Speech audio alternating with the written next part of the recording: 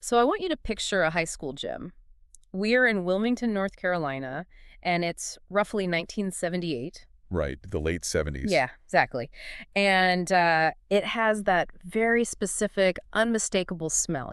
Floor wax, damp canvas, stale sweat. Oh yeah, everyone knows exactly that smell. Right. And there is a skinny 15-year-old boy dragging this absolutely massive, just foul-smelling duffel bag out the double doors. And inside that bag are the dirty jock straps and the sweat-soaked jerseys of the varsity basketball team. Exactly. He has just been handed this bag by the coach who actually cut him from the team earlier that same week. Which is brutal enough on its own. Right. But the absolute worst part is as he carries this bag through the lobby to load it onto the team bus, his parents are standing right there. Oh, man. And they are cheering for him because, they see him with the team gear and they proudly but mistakenly believe he's actually going to play in the tournament.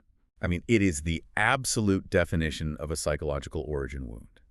It's humiliating, it's highly public, and it involves the people whose approval he honestly craves the most.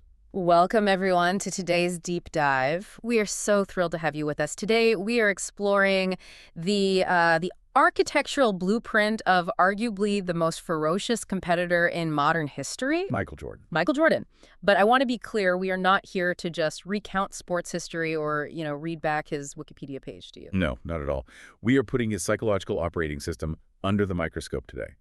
Because behind that iconic Jumpman logo and behind the 6 championships, there lies a story that is heavily defined by constant grinding rejection. Right. We're going to uncover exactly how he processed, weaponized, and ultimately conquered failure. And we're doing this because the mechanics of how Jordan dealt with failure, it offers an incredibly potent framework for anyone pursuing an ambitious goal. Absolutely. Whether you are launching a startup, aiming for a big promotion, or just trying to master a really complex new skill. There is a blueprint here for converting massive setbacks into forward momentum. But to understand that 15-year-old carrying the dirty laundry, we actually have to rewind the clock. Way back. Right, we have to look at the bloodline, because the story doesn't begin in a gym or even in Brooklyn where he was born. No, it begins in the 1890s with his great-grandfather, Dawson Jordan, down on North Carolina's coastal plain in this little riverside hamlet called Holly Shelter. Which, to understand Holly Shelter in the 1890s, you really have to picture a world completely stripped of modern comforts. Entirely. We're talking just 26 summers after the Civil War. It's the dawn of the Jim Crow era, and the politics of white supremacy are breaking across North Carolina with absolute vengeance. It was incredibly dangerous. I mean, mere survival was a major achievement. Coroners at the time were recording staggering numbers of stillbirths and infant deaths in these rural shotgun shacks. And into this extremely harsh world, Dawson Jordan is born. He survived infancy, but his life was just defined by grueling physical labor and really profound tragedy. Right, and Dawson was a short man, Yeah. right, about 5'5", and he carried a severe physical disability, Yeah, he dragged a bad leg with him his entire life. which is such a jarring contrast when you think about it. Yeah. You picture the statuesque flying Michael Jordan, and his great-grandfather is this short, stocky, disabled man. But the sheer physical endurance of this guy is staggering. Oh, it's unbelievable. Dawson worked the tidal rivers. He started working at age 9, taking down virgin longleaf pines, bundling them into these massive log rafts. And then floating them down the treacherous northeast Cape Fear River to the shipyards of Wilmington. And we really have to unpack what navigating a tidal river actually means, because this wasn't just a lazy float downstream. Oh, not at all. You are navigating water moccasins, storm surges, and these shifting tides that operate on a cycle with the moon. Right. So if the tide went out, the river essentially stopped flowing toward the ocean. Dawson and his crippled cousin, Galloway, would have to manually tie off these massive, multi-ton timber rafts to a cypress tree and just wait. For hours. In the freezing cold and the pitch dark of the Carolina swamps. Exactly. Just sitting there, surviving the elements until a tide finally turned. And the personal tragedy he endured really matched the physical hardship. Yeah, the family history is dark. Dawson married a woman named Clementine. They had a son, and then she contracted tuberculosis. And in that era, in that region, there were essentially zero medical resources for them. So she withered away and died. Then the Spanish flu hits in 1917, which wipes out 13,000 North Carolinians in just 90 days. It was devastating. And Dawson loses his mother to kidney disease right around the exact same time. He is left entirely alone to raise his toddler son in this grinding, inescapable poverty. making something like 30 cents a day in the lumber camps. Yet, despite all of that, Dawson remained utterly unbowed. He lived until 1977, when Michael was 14 years old, so he was this constant leading figure of stoic authority in Michael's young life. I read that even as an old man, Dawson refused to adapt to things that made life easier if he didn't trust them. Like, he refused to drive a car. Right. Instead, he rode a mule pulling an ox cart. And he would wrap the mule's hooves in burlap pads so he could silently run moonshine through the woods at night. He was a survivor in the absolute purest sense. And years later, when asked about his great-grandfather, Michael Jordan, who's famously guarded about his soft emotions, he would visibly tear up. Wow. Yeah, he would just shake his head and say, he was tough, he was that, yes, he was. So that is the ancestral foundation, surviving the unsurvivable. But, having a resilient great-grandfather doesn't just act as a magic force field against failure. No, it doesn't. It just means the raw materials for toughness are in your DNA. The trigger still has to be pulled. Which brings us back to the fall of 1978. Michael is a sophomore at Laney High School. And the Michael Jordan of 1978 is not the supremely confident apex predator we know today. Not at all. He is heavily stalked by self-doubt. His own father, James Jordan, considered him incredibly lazy. Right. James used to complain loudly that if Michael had to get a job in a factory punching a clock, he'd starve to death. Because James was a mechanic, a man who worked with his hands. He looked at his son, who shied away from manual labor and only wanted to play sports, and he saw weakness. And that parental disapproval was heavy. So Michael tries out for the varsity basketball team. The coach, Clifton Herring, has a veteran squad returning. He has 11 seniors and 3 juniors, and 8 of those players are guards. And Michael is a guard. He's reed thin. He's barely 5'10" at this point, and he has a glaring weakness on the court. He can't drive or shoot effectively with his left hand. Right. Mechanically, he is an incomplete player at that stage. So Coach Herring makes a purely pragmatic decision. He cuts Michael, but he keeps Michael's close friend, Leroy Smith. And the only reason he keeps Leroy is that Leroy is 6'6", and, you can't teach height. Exactly. The realization of this defeat completely shatters Michael. He walked home alone from the gym, actively avoiding everyone he knew. He went into his bedroom, shut the door, and just wept for hours. He later admitted it was incredibly important to him that no one hear or see him cry. Because this wasn't just losing a spot on a team. It was a deeply personal invalidation of the only thing he felt he was actually good at. The only thing that might finally prove his father wrong. Which leads us directly back to that visceral moment with the laundry bag. Coach Herring offered him a crumb of participation. Right, a consolation prize. Yeah. Michael could ride the varsity bus to the tournament, but only if he acted as the team manager, which meant carrying the uniforms. And this is where we really have to talk about the mechanics of how he processed this trauma. Because human instinct, when faced with overwhelming public humiliation, is to repress it. Oh, absolutely. If you are a startup founder and you pitch 20 VCs and get laughed out of the room 20 times, the instinct is to try and forget the laughter, to focus on positive affirmations. Exactly. But Jordan did the exact opposite. He weaponized the memory. How so? Well, he started doing these grueling early morning workouts with Coach Herring before school. He's running drills, working relentlessly on his weak left hand, shooting off the dribble until his lungs are just burning. And whenever the physical fatigue set in, whenever his body screamed at him to stop and go back to sleep, He visualized the void. yes, he would close his eyes and vividly recreate the image of that locker room list. He would scan down the paper in his mind and forcefully visualize the blank space where his name was supposed to be. That is such a brilliant psychological mechanism. He essentially treated the trauma like a vaccine. A vaccine, I like that. Yeah, like he took a dead, isolated piece of the virus, the specific stinging humiliation of that list, and he injected it into his mind every single morning to build permanent antibodies against physical exhaustion. He used the pain of the past to override the pain of the present. And that is such a crucial takeaway for anyone listening. We live in a culture that heavily preaches toxic positivity. Oh, constantly. Good vibes only. Right. We are told to let go of our failures, to forgive those who doubted us, to surround ourselves with positive energy. But this framework suggests an incredibly potent alternative. Don't run from the sting of a major rejection. Exactly.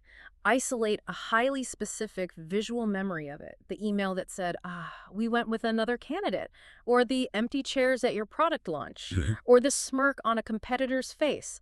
Keep it. Keep it on file, And when your discipline wanes, when you want to quit the project at 5:00 a.m., conjure that exact image. Use it as a mental shot of adrenaline. The psychologist George Mumford, who worked extensively with Jordan later in his career, noted this unique ability.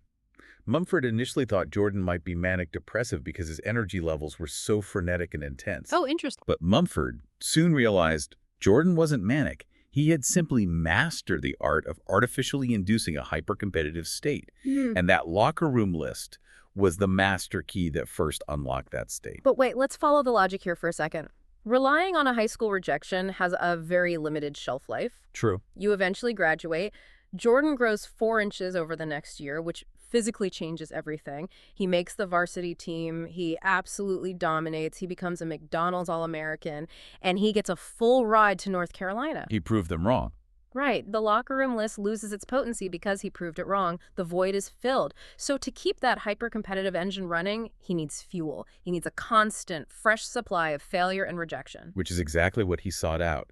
He had to build a system to harvest slights. He became a grievance collector. He actively hunted for challenges, perceived disrespect, and even physical beatings to manufacture an elite competitive edge. And it starts right in his own backyard in Wilmington, doesn't it? With the daily beatings he took from his older brother, Larry. Yes, Larry was shorter than Michael, but significantly stronger and more athletic in their early years. They played one-on-one on a dirt court in their backyard every single day. And Larry just owned him. For a year and a half, Larry would just physically dismantle him. The backyard rim was literally tilted and bent out of shape from Larry dunking on Michael so violently. And this goes way deeper than standard sibling rivalry, because hovering over this backyard court is the ghost of James Jordan. Right, the father. Michael was acutely aware that his father favored Larry. Remember, James thought Michael was lazy. Larry was the tough kid, the mechanic's dream son. So Michael takes the physical thumpings from his brother and the emotional withholding from his father, and he synthesizes them into a battle cry. It's a fascinating, albeit dark, generational cycle, because James Jordan actually endured the exact same treatment from his own father, Medward. Wow, I didn't know that. Yeah, Medward viewed James with contempt, and that contempt drove James to leave town and join the Air Force just to prove he was worth something. And then James inadvertently passed that exact same psychological dynamic down to Michael. Dolores Jordan, Michael's mother, later wrote about this explicitly, right? She did. She said Michael confessed to her that his father's declaration of his worthlessness became his ultimate driving force. Every single trophy, every points record was a subconscious attempt to defeat his father's negative opinion. Which is just an incredibly heavy burden for a teenager to carry. So he systematizes it. He starts collecting slights from everyone, everywhere. Anyone who crossed him. Right. He goes to the prestigious 5-star basketball camp, and a coach named Brendan Malone goes absolutely ballistic, yelling at him because he doesn't know who Michael is or where he's supposed to be. And Jordan files that away. Yep. He goes to the McDonald's All-American game in Wichita, Kansas. He plays well, but a player named Adrian Branch is awarded the MVP. And the Wichita story perfectly illustrates his memory for grievance. The broadcaster, Billy Packer, saw Dolores Jordan after that game, and she was fuming. She was highly upset her son didn't get the MVP trophy. Understandably, as a mom. Right, and Packer tried to comfort her, joking, "Someday you'll forget this night." But Packer later realized the truth. Dolores might forget, but Michael never, ever would. Packer noted years later that nobody in the Atlantic Coast Conference realized just how motivated Jordan was by those microslights. He never forgot a face, a name, or a perceived snub. Another player from his youth league days, Adrian Daddison, who actually beat Jordan's team once, summed it up perfectly. He said, "For most people, the pain of loss is temporary. He took that loss and held on to it. It's a part of what made him." And this mechanism scales up dramatically when he reaches the NBA. He's a rookie, he's a sensation, and he makes the All-Star game. Now, his absolute idol growing up was Magic Johnson. But at the All-Star game, Magic and Isaiah Thomas, the established veterans, orchestrate the infamous freeze-out. Okay, for those who don't know the basketball mechanics of a freeze-out, it means they deliberately refuse to pass him the ball. In an exhibition game designed for high scoring and showing off, they iced the rookie out of the offense to teach him a brutal lesson about NBA hierarchy. And it absolutely devastated him. He told reporters afterward that the humiliation made him want to crawl into a hole and hide in his hotel room. That's heartbreaking. Sonny Vaccaro, the sports marketing executive who helped engineer Jordan's massive Nike deal, He rushed to Jordan's hotel room after the game to do damage control. Vickar said that incident became Jordan's personal crutch. It was the first highly public, national-level snubbing of his career. Yes, and instead of trying to make friends with Magic and Isaiah, he put it in the back of his mind and weaponized it against the entire league. Okay, I have to stop and push back on this whole framework for a second. I really struggle with this. Is this actually a functional way for a human being to operate? It's a fair question. I mean, to remember every single person who ever snubbed you, to carry around the ghost of Isaiah Thomas not passing you a basketball in an exhibition game. It sounds exhausting. It does. It sounds like a fast track to clinical paranoia. It's like keeping a reverse gratitude journal where you wake up every morning and list everyone who hates you just so you can get out of bed. You're not wrong to question it. Is it healthy? Absolutely not. Yeah. It is deeply exhausting, and it's entirely antithetical to inner peace. If your goal as a listener is a tranquil life, do not adopt this mindset. Right. But we aren't analyzing Jordan to learn how to be peaceful. We are analyzing him to understand the mastery of converting external negativity into unparalleled internal momentum. There is a deeply pragmatic utility to anger if it is strictly controlled and directed. So you're saying the toxicity is the feature, not the bug. In the context of elite competition, yes. Jordan understood a fundamental truth about resistance. There is a quote often associated with his mindset. If you run into a wall, don't turn around and give up. Figure out how to climb it, go through it, or work around it. The anger is the fuel required to climb the wall. Precisely. And the ultimate wall, the one that required the absolute most fuel, was the Detroit Pistons, the bad boys. Right, the Pistons. Because they implemented a defensive strategy famously known as the Jordan Rules. And this wasn't just a clever schematic, it was a mandate for physical assault. Let's break down the mechanics of the Jordan Rules because it's wild that this was legal in the NBA at the time. Yeah. Strategically, they forced him toward his weaker left hand, exploiting that exact same weakness Coach Herring saw in high school. Full circle. Yeah. But physically, the rule was simple. Whenever he went airborne, knock him to the hardwood. Hard. James Edwards, a massive Pistons center, admitted that if they didn't scheme against him, Jordan would easily drop 50 points. They had to double-team him immediately upon catching the ball to force it out of his hands. John Sally, another Pistons enforcer, joked that the Jordan Rules had two parts. First, when Michael touches the ball, everyone gets down and prays. Second, everyone goes to church or synagogue before the game. It's funny in retrospect, but at the time, it was brutal. And it worked. The Pistons' physical wall broke the Chicago Bulls. They forced Jordan to fail in the playoffs year after year, just physically battering him into submission. After a devastating Game 7 loss to Detroit in the Eastern Conference Finals, Jordan was sitting in the locker room, physically bruised and openly weeping in disappointment. Joe Dumars, the Pistons guard who was his primary defender, actually came into the Bulls' locker room to shake his hand. Dumars saw the deep hurt, the absolute agony in Jordan's face. But look at the pivot. This is where the operating system proves its worth. Jordan didn't break. He didn't demand a trade. He looked at Dumars and said, "Bring it back to the East." Meaning, go win the championship, but no, we will be waiting for you next year. Yes. He took that agonizing failure, that literal physical wall that had battered his body, and he used it to completely rebuild his physical architecture. He hires Tim Grover, a completely unknown personal trainer at the time, and demands Grover add functional muscle to his frame. He realizes his live, high-flying body cannot survive the Pistons. He has to bulk up. So he starts lifting weights heavily, which, by the way, was practically taboo for basketball players back then. Coaches thought it ruined your shooting touch. Right. It was highly unconventional. But he actively builds the armor required to break the wall. It's the ultimate alchemy of turning grievance into greatness.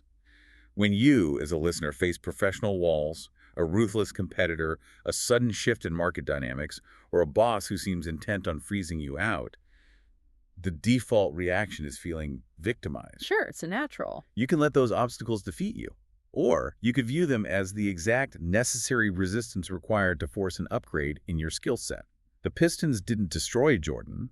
They forced him to evolve from an acrobat into a gladiator. But this brings us to a massive flaw in his operating system. Upgrading your own armor is great if you're a boxer or a tennis player, but basketball is a team sport. It is. And Jordan's grievance-fueled evolution was turning him into a highly fortified, terrifying island.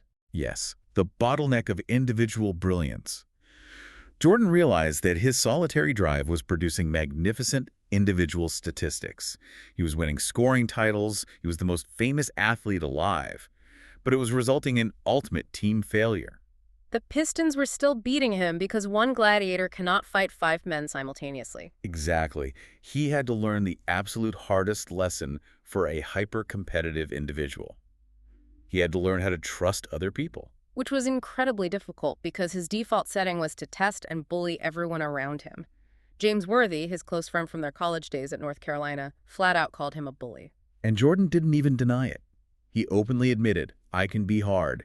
He demanded absolute flawless execution from his teammates. If a teammate, like the center Bill Cartwright, fumbled a hard pass from Jordan in practice or a game, Jordan would simply refuse to throw in the basketball again. He would ice out his own teammate. He was constantly running a psychological gauntlet, testing everyone to see if their minds were resilient enough to share the floor with him under pressure. And this friction just completely explodes during the 1995 training camp. The intensity is boiling over. Jordan is barking at everyone, talking relentless trash. And Steve Kerr, who is a brilliant perimeter shooter, but physically unassuming, a fundamentally nice guy, finally snaps. Jordan is aggressively guarding Kerr, bumping him, talking trash. Kerr realizes the team is getting dominated in practice, and he feels Jordan is just rubbing their noses in it, so Kerr shoves back. And Jordan hauls off and punches Kerr directly in the face. A literal fist fight in practice. Steve Kerr, the guy who later coaches the Golden State Warriors dynasty, punched in the eye by Michael Jordan. Kerr later admitted it was the first and only fist fight of his entire life. Phil Jackson, the head coach, immediately throws Jordan out of practice. Jordan storms out. But the mechanics of what happens next are crucial. Later that afternoon, Jordan calls Kerr and apologizes. And from that day forward, their relationship was solidified. Why? Because Kerr fought back. He didn't cower. He passed Jordan's twisted psychological test of resilience. But Phil Jackson looks at this dynamic and realizes it's completely unsustainable. Jackson sees that Jordan's solitary hero complex is the actual ceiling on the team's potential. Michael genuinely believed he could just take over any game, beat 5 guys, and win by himself. And incredibly, 90% of the time, he could. But against a highly coordinated elite defense like the Pistons, math takes over. One man cannot consistently beat 5. Enter Tex Winter, the brilliant, curmudgeonly assistant coach, and the triangle offense. Now, we really need to explain how the triangle actually works because people just throw the term around as buzzword jargon. Tactically, the triangle offense is a system of spatial geometry. It dictates that all 5 players maintain a spacing of exactly 15 to 20 feet from each other at all times. Okay. By forming a sideline triangle with 3 players and a 2-man game on the weak side, it creates a continuous sequence of passes and cuts based on how the defense reacts. And the key mechanism here is that it destroys double teams. If the Pistons send 2 men to guard Jordan, the 15-foot spacing of the triangle dictates that another player is mathematically open for a high percentage shot. But here's the psychological rub. To run the triangle, Jordan has to give up the basketball. He has to trust the system. He has to pass the ball to a lesser player and trust that the player will either score or run the sequence perfectly so the ball comes back to Jordan in a better position. When Jordan absolutely hated it at first. He utterly chafed at it. When Tex Winter was diagramming it, Jordan openly scoffed, asking what that expletive system was going to do for them. John Paxson, another guard on the team, articulated Jordan's mindset perfectly. He said Jordan's internal logic was, "Why should I pass them the ball when I have the ability to score myself? I'd rather rely on myself to succeed or fail than trust my fate to some of these other guys." This is the exact trap for anyone trying to scale a business or a project. Yes.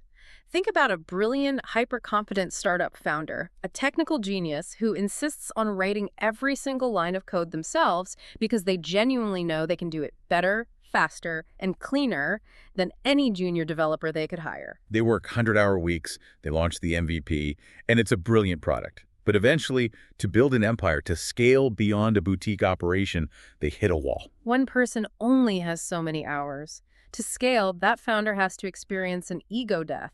They have to stop coding, hire engineers they might view as inferior, implement a management system, and learn to be a CEO. That is the exact transition Jordan had to make. He had to become the CEO of the Bulls offense, not just its sole laborer. Phil Jackson had to convince him to empower players like Scottie Pippen and John Paxson. Jackson would negotiate with him, right? saying, Michael, we still want you to get your 30 points, but let the system work in the first 3 quarters. Let the defense worry about everyone else, and then you finish it out for us in the fourth quarter. He had to accept that his way scoring 50 points in a spectacular, heroic vacuum was actually failing the team's ultimate goal of a championship. He had to learn to be what he called a sponge. And this concept of being a sponge is vital because it highlights a softer, adaptable side of his operating system. The sources emphasize that Jordan's greatest foundational skill, long before his jump shot was perfected, was his ability to listen intently to his mother, Dolores. She guided him through the treacherous pitfalls of his early massive fame. He learned how to absorb wisdom. He applied that same intense listening skill to legendary coach Dean Smith at North Carolina, and eventually, reluctantly, to Phil Jackson and Tex Winter in Chicago.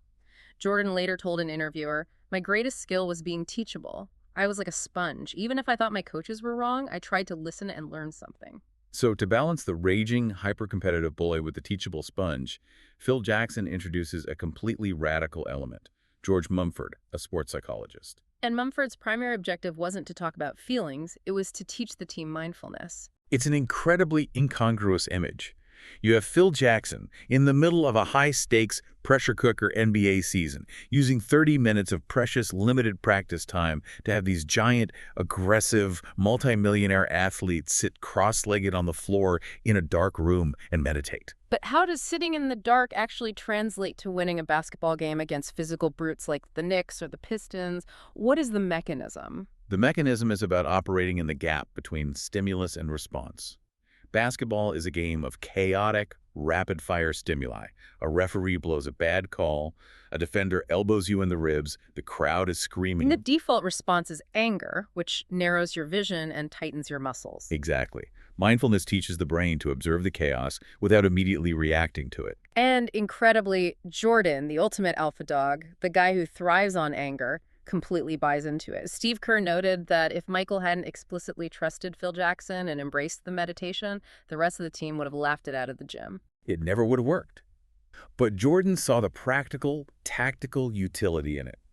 He learned to operate in what Mumford called the eye of the hurricane. Mumford observed that the more frenetic and chaotic the game got in the fourth quarter, the calmer Jordan became. His heart rate seemed to drop when everyone else's spiked. When Julius Erving, the legendary Dr. J, interviewed Jordan and asked him what being in the zone actually felt like, Jordan's answer was telling. He didn't talk about rage or dominance or aggression. He said, it's like every move, every step, every decision you make, it's the right decision. He had successfully harnessed his explosive, grievance-fueled drive and encased it in extreme detached mental presence. So if you are analyzing your own roadblocks right now, look at your methods. Are you failing because you are stubbornly trying to be the sole hero? Is your individual brilliance actually the bottleneck preventing your team or your project from scaling? Applying Jordan's mindset means having the self-awareness to recognize when your ego is in the way. It means having the courage to trust a system, to mentally step back into the eye of the hurricane, and to empower the people around you. You have to let go of total control to achieve total victory. And it worked. The system produced 3 consecutive NBA championships. Jordan conquered the Pistons, he conquered the league, and he reached the absolute zenith of global fame and success. He was an international icon. But just as he perfected this operating system, tragedy derailed everything, which forced him to voluntarily step into the most highly public arena of failure imaginable. right? The summer of 1993, the tragic, senseless murder of his father, James Jordan, asleep in his car on the side of a highway in North Carolina. James wasn't just his dad, he was his anchor. He was the man who had pushed him, the man whose approval Michael had been desperately chasing since those backyard beatings with Larry. The psychological toll was unfathomable. Michael is shattered by grief.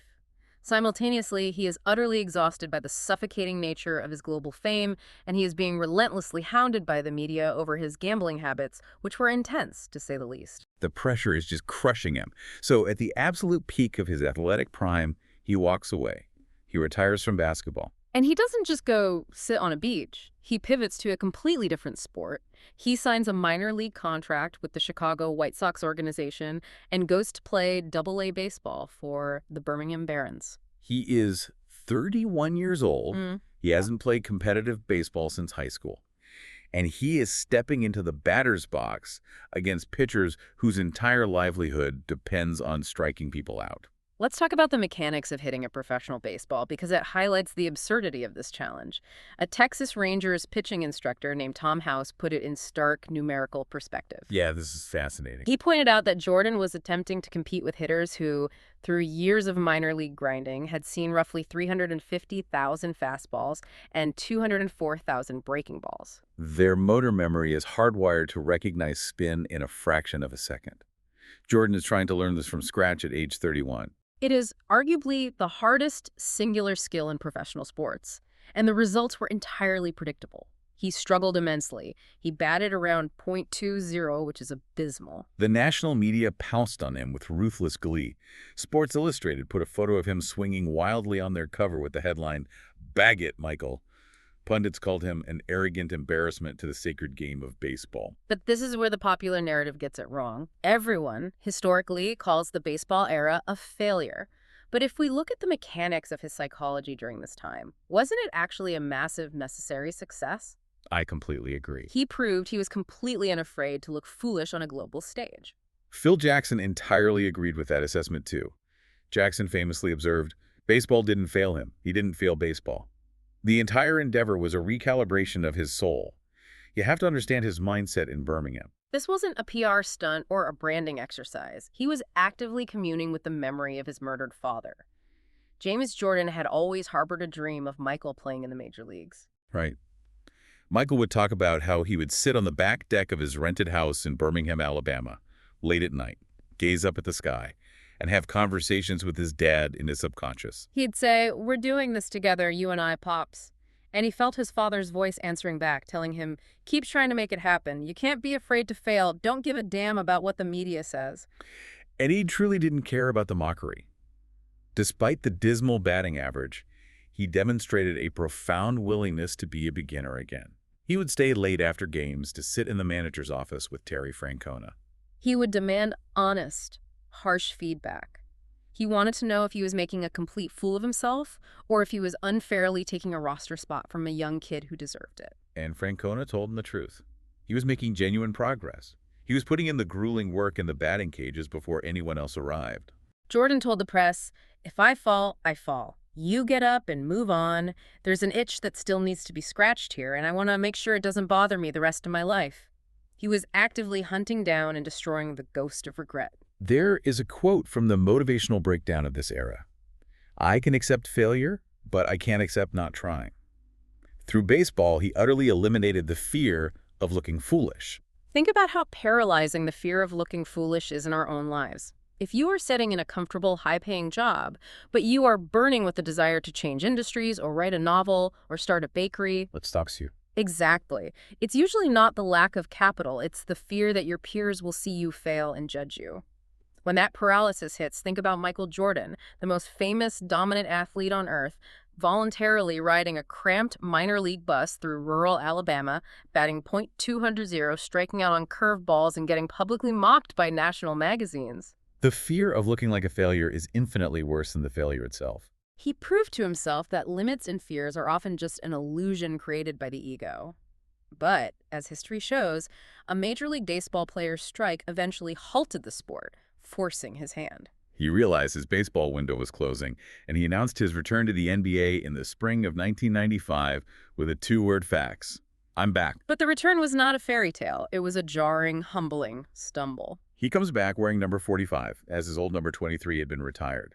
And while he has flashes of absolute brilliance, he drops 55 points on the Knicks in Madison Square Garden.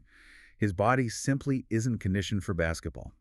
He has spent a year and a half training his shoulders and upper body for baseball. He lacks the explosive leg strength required for the NBA. And this physical deficit gets exposed in the most painful way possible.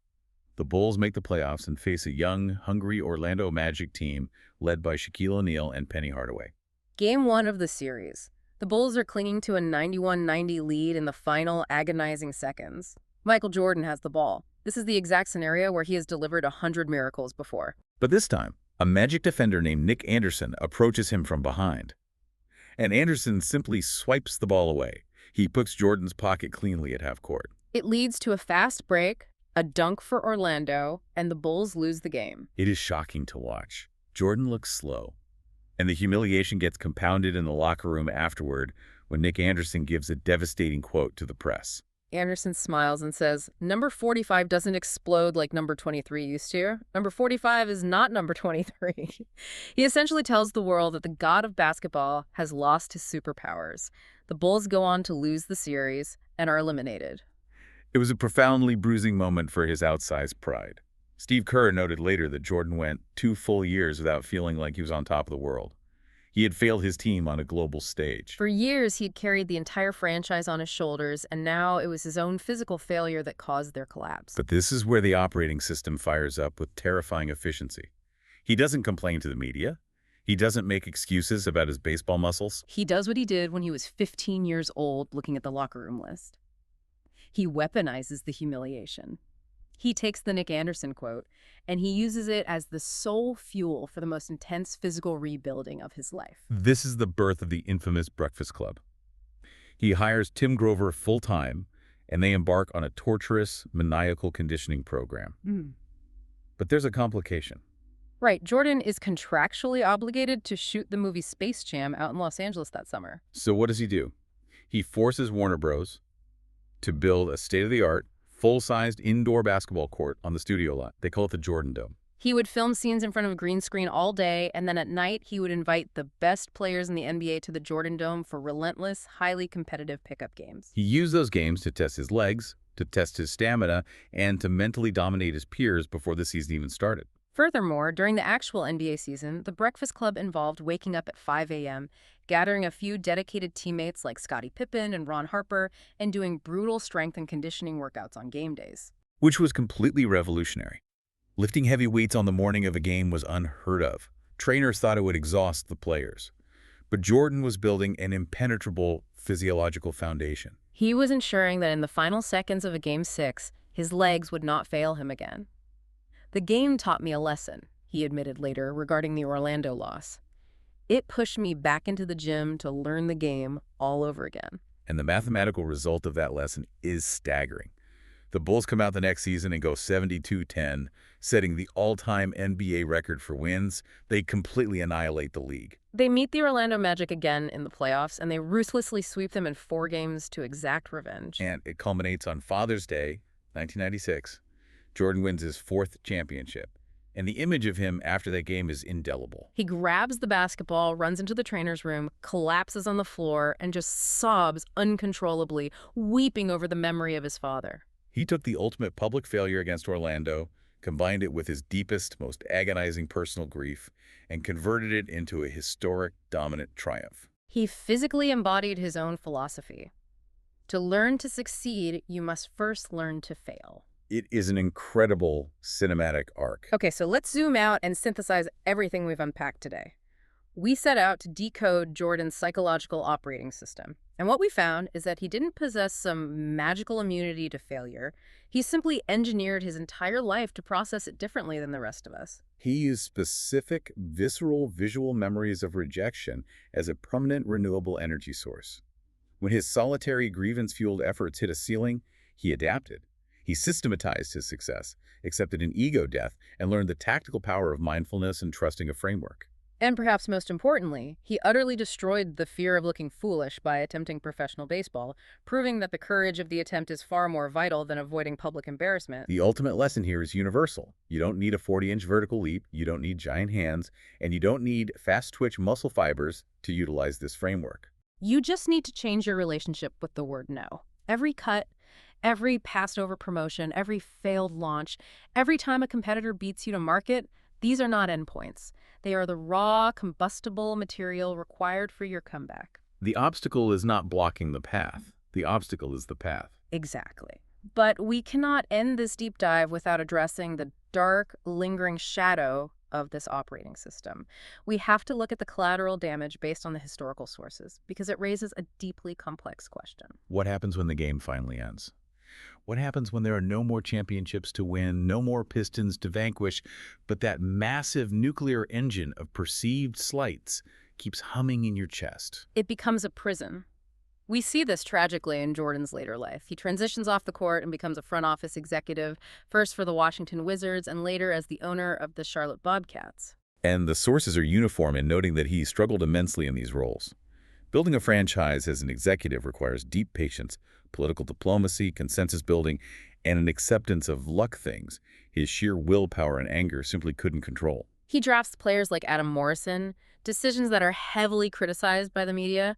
His once untouchable, godlike image takes massive hits, and because he can't go onto the court and drop 50 points to silence the critics, the grievance engine just spins out of control. It culminates in a deeply uncomfortable public spectacle. His Hall of Fame induction speech in 2009.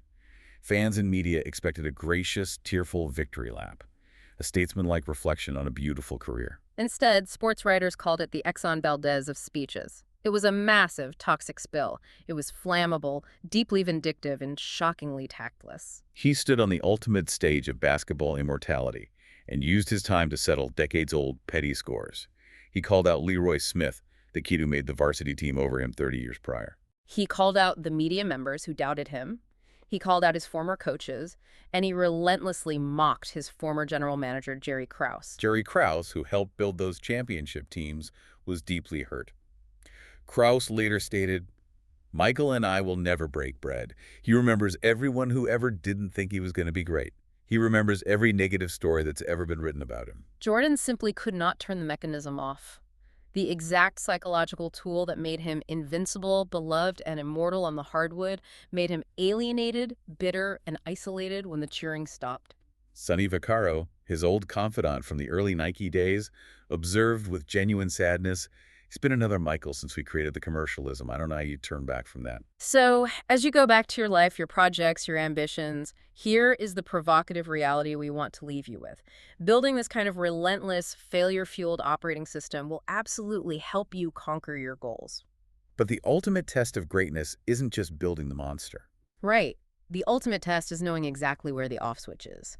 How do you construct a competitive drive fierce enough to conquer the world, but ensure you retain enough grace to actually enjoy the peace you've earned when the battle is finally won? It is the ultimate paradox of extreme success.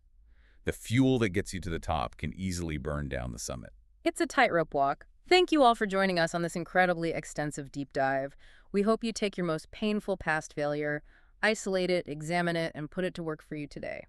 Remember that skinny 15-year-old kid carrying a heavy canvas bag of dirty laundry through a high school gym while his parents watched in mistaken pride? That crushing humiliation wasn't the tragic end of his story. It was the exact moment the legend began. Until next time, keep diving deep.